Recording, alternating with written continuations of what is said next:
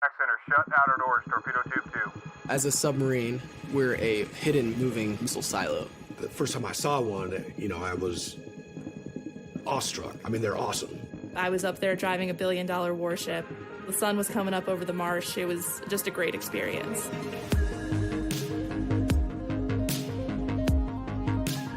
We're the only ones who know exactly where we are, which makes it difficult for our adversaries to find.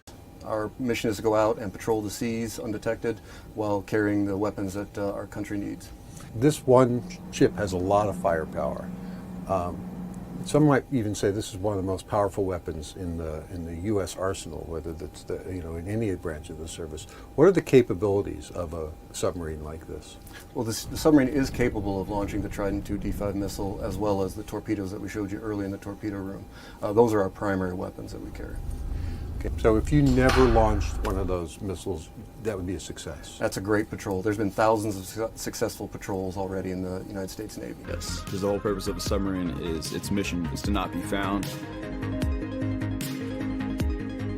A normal day on a submarine while we're underway, we are in 8-hour shifts. Most people will have divisional duties, and then usually people will have 8 hours of sleep time or video game time or time to just go work out. People think that life on a sub is very claustrophobic, and it is definitely far from that. We have lots of space. The submarine is huge. People think you hit your head. I mean, I'm 6 foot tall and I don't hit my head on anything. Sleeping is fine. The food is delicious. It's always 70 degrees and fluorescent. You have your own bunk room, you have your own rack, you have your own rack pan, you have a drawer. You can fit plenty of stuff on it. I was able to sneak a fishing pole into the outboards and go fishing while I was off duty. We'll watch a movie, some people play video games, everybody talks and hangs out. Everyone knows each other. You know your buddies' kids, you know their wives, their girlfriends, you know everyone. So everyone's so close to each other, so it's a tight community. As communications-wise, it's harder for a submarine to communicate with family. I get an email every week, maybe on a Saturday, and I'll reply to those emails. We were out for about 60 days or so at this point. You showed us a drill today, an exercise in which you would be launching a ballistic missile from the submarine. What are the important parts of that drill? What were we looking at? Tell us what we were seeing when we were watching that drill. What you're seeing is that part of the team, there's the process where we verify that those orders actually come from the president. There's getting the ship in a condition that can support launch. There's verifying all the prerequisites and getting the missiles ready, getting them prepared for launch. It's all throughout the ship. The whole entire ship is preparing for that one evolution where we commence the actual launch. And we did a steel beach. We surfaced out in the middle of the ocean, and I got the ability to go up into the sail and onto the bridge.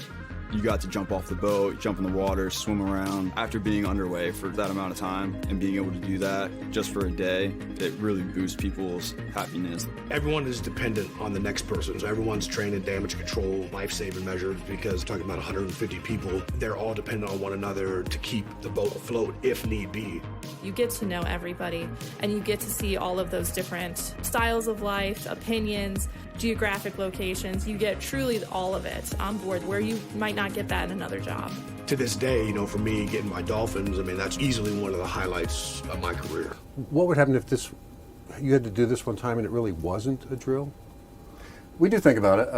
It's definitely not something we want to happen. Nobody on the boat wants it to happen, but it's important that we train for it because if tasked, we're going to execute that mission. There's no doubt in your mind about that. There is no doubt in my mind that we will execute it.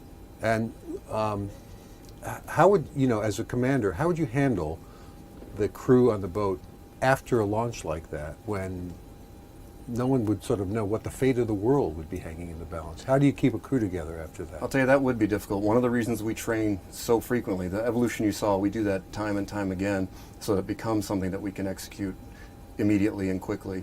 But after that would be a very difficult time. Hopefully we would be in continuous communications like I talked about and have some further guidance. But that's definitely one of those things where I can't tell you for sure what would happen after that.